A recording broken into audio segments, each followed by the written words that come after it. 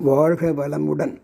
பேராசிரியர் டாக்டர் துரை லோகநாதனின் இன்றைய வாழ்வியல் சிந்தனையில் கிடைத்திடாத ஒன்றனுக்காக என்னும் சிந்தனைக்குரிய சிறுகதை. சென்னை மகாலிங்கபுரத்தை சார்ந்த பகுதியில் வசிப்பவர்தான் மகாதேவன் என்பவர். நடுத்தர குடும்பத்தில் பிறந்து சுற்றத்தை தமது 24ஆம் வயதில் இழந்திட்டவர். தாய் தந்தையர் முயற்சியால் அவர்கள் வாழும்போதே கிடைத்திட்ட ஒரு பொறுப்பான அரசு வேலையிலும் சேர்ந்திட்டார். தற்போது 27 வயது ஆகிவிட்ட நிலையில் தனக்கு என்று ஒரு துணையை தேடி மனைவி மல்லிகாவுடன் வாழ்ந்து வந்தார். திருமதி மல்லிகாவின் தந்தை அரசு வேலையில் மகாதேவன் உள்ளதால் உத்தியோக லட்சணம் புருஷ லட்சணம் என்பதால் திருமணமும் செய்து வைத்தார். மேலும் மகாதேவன் தனி ஒரு ஆள் என்பதோடு குடும்பத்தில் வேறு வகையில் பிரச்சனைகள் எழவும் வாய்ப்பில்லை என்றெல்லாம் சிந்தித்து, மேலும் அரசு உத்தியோகத்தில் போக போக உயர்வு கிடைக்கும் என்றும் அந்த வேலையானது நிரந்தரமானது என்றும் ஓய்வு காலத்தில் பென்ஷனும் பிறகு கிடைக்கும் என்ற நோக்கத்திலும் மகள் மல்லிகாவின் ஒப்புதல் பெறாமலேயே பெரிய வாட்டசாட்டமும் அழகும் இல்லாத போதிலும் உத்தியோகமே பேரழகு என்று கருதி தன் விருப்பம் போலவே மகாதேவனை மாப்பிள்ளையாக்கி கொண்டார். மல்லிகாவின் தந்தையும் பெரிய பணக்காரர் அல்ல, தச்சு வேலை செய்து பிழைத்து வருபவர். மேலும் இவருக்கு ஒரே மகள் மல்லிகா மட்டிலுமே மிகவும் பேரழகி, ஆனால் கருமை நிறம் உடையவள். தந்தையின் முடிவினால் மல்லிகா மகாதேவனுடன் வாழ வேண்டியது ஆயிற்று. தன்னை மாதிரி நிறத்திலும் இல்லாமல் அழகிய கட்டான உடலும் சிவந்த மேனியும் பெரிய உத்தியோகத்திலும் உள்ள ஒரு வாலிபனை தான் தேர்ந்தெடுத்து வாழ்ந்திட எண்ணியவளுக்கு சோதனை மேல் சோதனையாக தந்தையின் திடீர் முடிவு என்பது வேதனை அளித்தாலும், தந்தையின் தற்போதைய மோசமான உடல்நலக்குறைவினை எண்ணி தனது ஆசைகளுக்கும் வேலி போட்டாள். வேதனையால்தான். பிறகு வேதனையால் தான் வரவழைத்திட்ட ஒரு வகை மௌன புன்சிரிப்பால் தன்னை அடக்கி கொண்டாள். மகாதேவனின் எதிர்பார்ப்பும் நல்ல சொத்து உள்ள தன்னை ஒத்த தோற்றமுடையவளாக இருந்தாலும் பரவாயில்லை, அழகியாக இல்லாவிட்டாலும் ஏற்றிட அப்படிப்பட்டவளையே தேடி நின்றவனுக்கு மல்லிகாவின் கருமையிலும் பளிச்சிடும் அவளது ஒரு வகை வனப்புமிக்க பேரழகினை கண்டவனுக்கு அவளிடத்து பெண் பார்க்க போது மயங்கி போனதால் ஏழையாக இருந்தாலும் பரவாயில்லை என்று சொல்லக்கூடிய அளவிற்கு அவனது நோக்கம் அவளது அழகிற்கு அடிமையாகிவிட்டது என்றே சொல்ல வேண்டும். மேலும் மகாதேவன் தன் வாழ்வில் அவனது படிப்புக்கேற்ற உயர்ந்த வேலையை எதிர்பார்த்தவனுக்கு அதுவும் கிடைக்காமல் போன நிலையில் தனக்கும் வயது ஏறியதால் எதிர்பாராமல் கிடைத்த தற்போதைய அரசு வேலையை அப்போதே வேறு வழியின்றி அப்போது ஏற்று தன்னிலும் தன்னை போல் படித்தவர்கள் யாவரும் எப்படியோ உயர்ந்த பதவியில் இருப்பதைக் கண்டு வேதனையும் பொறாமையும் பட்ட மகாதேவனுக்கு அதை சரி செய்திட ஈடுகட்டிட திருமணமும் ஆயிற்று என்றே சொல்லலாம். காரணம், கிடைத்தவளே அழகிய கட்டுடல் கொண்ட நங்கையாம் மல்லிகா. அப்போது மல்லிகாவின் பேரழகனைக் கண்ட பிற உயர் பதவி ஆட்களுக்கு மகாதேவன் மீது ஒரு வகை ஏற்பட்ட பொறாமையைக் கண்டு அந்த வகையில் தான் மகிழ்ந்தே போனான் மகாதேவன். ஆனால் மல்லிகாவோ தன் அழகிற்கு ஏற்றவன் இல்லையே மகாதேவன் என்று மனதுள் வெந்து நின்றால் வேறு வழியின்றி அவன் முன் வந்து நிற்கும் போதெல்லாம் அவளால் ஒன்றும் வாயால் பேச முடியவில்லை. தன் எண்ணத்திற்கு முட்டுக்கட்டை போட்ட தம் பெற்றோர்களை நினைத்து ஏதோதோ சொல்லிட கடினமான வார்த்தைகளை தேடியவளுக்கு வார்த்தைகள் தடித்து எழுந்தாலும் அதை அடக்கிக் கொள்ள அந்த கோபத்தை தனது ஒருவித புன்னகை சிரிப்பால் வெளிப்படுத்தி தன்னை தனக்குத்தான் ஆற்றிக்கொண்டு கணவனின் போக்கிற்கு ஏற்ப அடங்கியே வாழ்ந்தாள் என்பதை மறுக்க முடியாது. தன்னைப்போல் வேலை செய்திடும் ஆட்களின் மங்கள நிகழ்வுகளுக்கு கூட மகாதேவன் மட்டிலுமே தன் தேவியாம் மல்லிகாவையும் உடன் அழைத்து செல்லாமல் தனியே போய் வரும் வழக்கத்தை கொண்டிருந்தான். அப்பொழுது வீட்டிலேயே அடைந்து கிடக்கும் மல்லிகா தான் தலையில் சூடியிருக்கும் தனது மல்லிகை மனமும் மறந்து போய்விடும் அளவிற்கு வேதனையுள் வேறு சிந்தனையில் மூழ்கியிருப்பாள். தன்னில் உணர்ந்த ஒரு வகை புன்சிரிப்பாள்.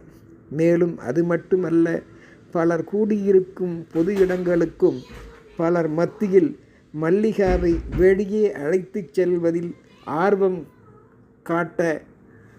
காட்டாமலேயே காலங்களை ஓட்டினான் மகாதேவன். மகாதேவன் அவளை வெளியில் பலர் முன்னிலையில் அழைத்துச் செல்லாததற்கு காரணம் தனது ஒரு வகையான பாதுகாப்பு என்ற பெயரில் சுயநலப்போக்கு என்று சொல்லலாம். ஒருவரின் பேரழகினை ஒருவர் நேரிடையாக பாராட்டிடும் எவ்வேளையிலும் அத்தகைய அழகு உடையவர்களுக்கு ஒருவித மகிழ்ச்சி மேலோங்கத்தான் செய்திடும் எவருக்குமே. ஆனால் அழகினை நோட்டமிடுவார் மத்தியில் பலர் மனமாற பாராட்டுபவர்களும் உண்டு.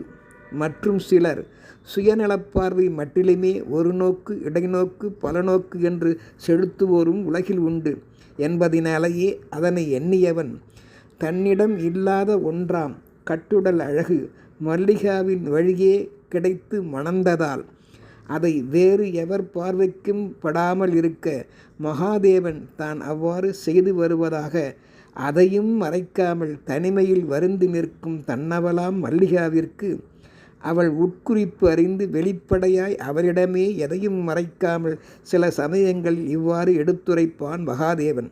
அந்த வகையில் எதையும் மறைக்காமல் செய்திடும், எண்ணிடும், சொல்லிடும், செய்திடும் தன் மீது பாசமும் பிரியமும் உடைய அதிகம் உள்ளதன் காரணமாகவே மகாதேவன் இவ்வாறு நடந்து கொள்வதாக எண்ணிய நிலையில் வேறு வழியில்லாமல் குடும்ப பொறுப்பை உணர்ந்து அவனது வெள்ளை மனதாம் பேரழகனையும் எண்ணியவள் தனக்கும் அவ்வாறு தான் எதிர்பார்த்த ஒன்று கிடைக்கவில்லையே என்பதை வெளியில் காட்டிட சொல்லிட முடியாமல் ஏற்படும் மனவேதனைகளை தன் கணவன் போல சொல்லிவிடாமல் மகாதேவன் மனம் வேதனைப்படாமல் இருக்கவே அதை சரி செய்திடவும் தன்னை சரி செய்திடவும் கசப்பான வார்த்தைகளை மீண்டும் தேடிடாமல் ஒருவித மௌன புன்னகையை அடிக்கடி வெளிப்படுத்தி அவனையும் மகிழ்வித்தாள் மல்லிகா. மேலும் மகாதேவனுக்கு எதிர்பார்த்த வேலை கிடைக்காமல் போனதையும் உணர்ந்த மல்லிகா, நாம் எவரும் எதிர்பார்த்த யாவும் அப்படியே முழுமையாக கிடைக்காது. தற்போது உள்ளதை கிடைத்ததை வைத்து பிடிவாதத்தை சுய விருப்பத்தை அகற்றி நம்முடன் இருப்பவைகளே மற்றும் இருப்பவர்களே உயர்ந்தவர்கள் என்று கருதி நினைத்து வாழலாம் என்றும் முடிவுக்கு வந்தாள் மல்லிகா. தன்னவன் எண்ணங்களையும் பெரிதாக எடுத்துக்கொள்ளாமல் பிறந்த வீட்டு பெருமையையும் புகுந்த வீட்டு பெருமையும் காத்து நின்றாள் மல்லிகா. ஒரு விதமாய் மனம் மாறினான் மகாதேவன் போக போக அவளது நன்னடத்தையால். மேலும் ஒருவர் மீது ஒருவர் மனதில் துரோகமின்றி தன்னம்பிக்கை வைத்து கொண்டால் உள்ளது போகாது, இல்லது வாராது அல்லவா என்றும் உணர்ந்தான் போக போக மகாதேவன். பெண்ணிற்கே உரிய இரக்க குணமாம் கருணை உள்ளத்தால் மகாதேவனை அவள் திருத்தினாள் என்றே சொல்லலாம்.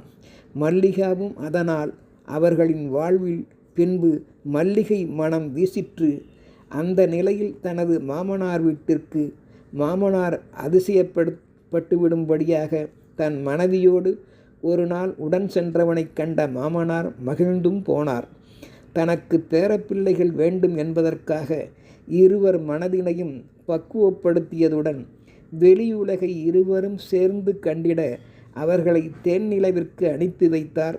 மேலும் அப்போது அவர்கள் கையில் தானே கைப்பட எழுதி வைத்திருந்த ஒரு டைரி ஒன்றையும் அப்போது கொடுத்து அனுப்பினார். தேனிலவுக்கு சென்ற இடத்தில் அந்த டைரியையும் இருவரும் சேர்ந்து பிரித்து பார்த்தனர்.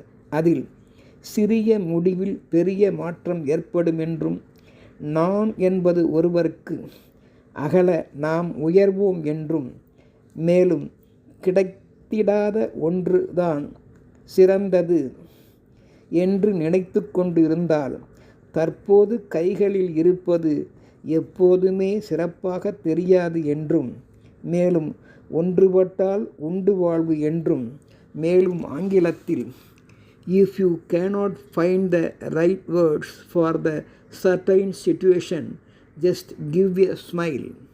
Words may confuse, but a smile always convinces என்றெல்லாம் எழுதப்பட்டு இருப்பதை உணர்ந்து, வாழ்வில் கிடைத்திடாத ஒன்றுக்காக ஏங்கி வாழ்வதை விட கிடைத்ததை பாதுகாத்து பக்குவத்துடன் வாழ்வதே சிறந்த வாழ்க்கை என்பதை அறிந்து மகிழ்ந்தனர். மேலும் தம்பதியர் இருவர்களும் யாரேனும் ஒருவர் ஒரு வகையில் உணர்ந்து இருந்தாலும் அல்லது தாழ்ந்து இருந்தாலும் அடங்கி போனாலும் அதை பொருட்படுத்தாமல் ஒருவர் மீது ஒருவர் அசைக்க முடியாத நம்பிக்கை கொண்டு வாழ்ந்து வந்தாலும் எதையும் எதிர்கொண்டு துணிவோடு சாதிக்கலாம் நாம். மேலும் நாலடியார் பாடல் 4 கூறுவது போல், அறிவது அறிந்து அடங்கி, அஞ்சுவது அஞ்சி, உருவது உலகு உவப்பச் செய்து பெறுவதனால் இன்புற்று வாழும் இயல்புடையார் எஞ்ஞான்றும் துன்புற்று வாழ்தல் அரிது என்ற கருத்தின்படி வாழ்ந்து வாழ வைப்போம். நன்றி.